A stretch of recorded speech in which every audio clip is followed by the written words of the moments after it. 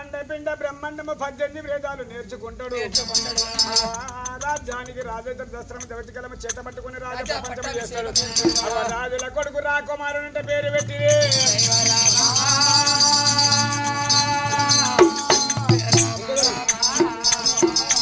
రాజుల కొడుకు అందమైన రాకుమారుడు అంటే పేరు పెట్టి పేరు పెట్టే వరకల్లా బ్రాహ్మణులు అక్కడికి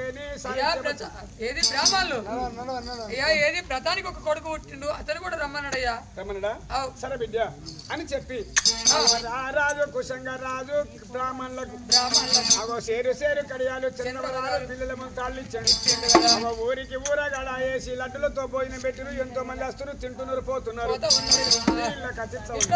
కన్న తల్లి ప్రేమావతి పరమేశ్వర నా దగ్గర ముత్యాలు కెంపులు వజ్రమాణిక్యాలు పుష్పరేగులు ఎన్ని కలిగి ఉన్నాయి మరి ఇవన్నీ ఉండే మరి పాలు లేక లేక నాకు ఒక కొడుకు పుట్టి నా కొడుకు అంటే లేదు లేదు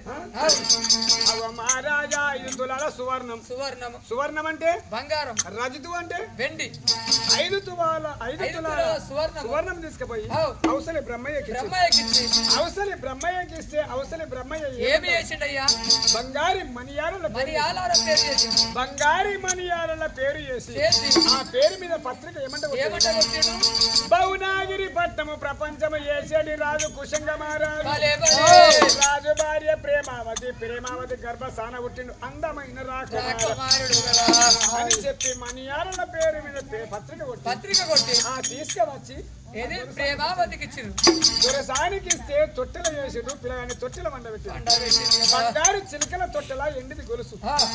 లాలినంద పాటలు జోగనంద పాటలు వాడుకుంటా కళ్ళ తల్లి కేలు విలాసంగా బ్రతుకుతున్నది అమ్మాయి సంగతి ఏమో ఈ ప్రకారంగా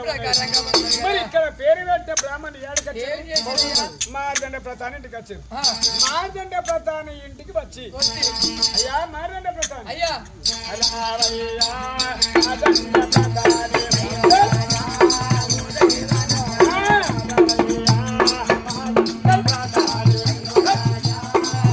పక్క గానే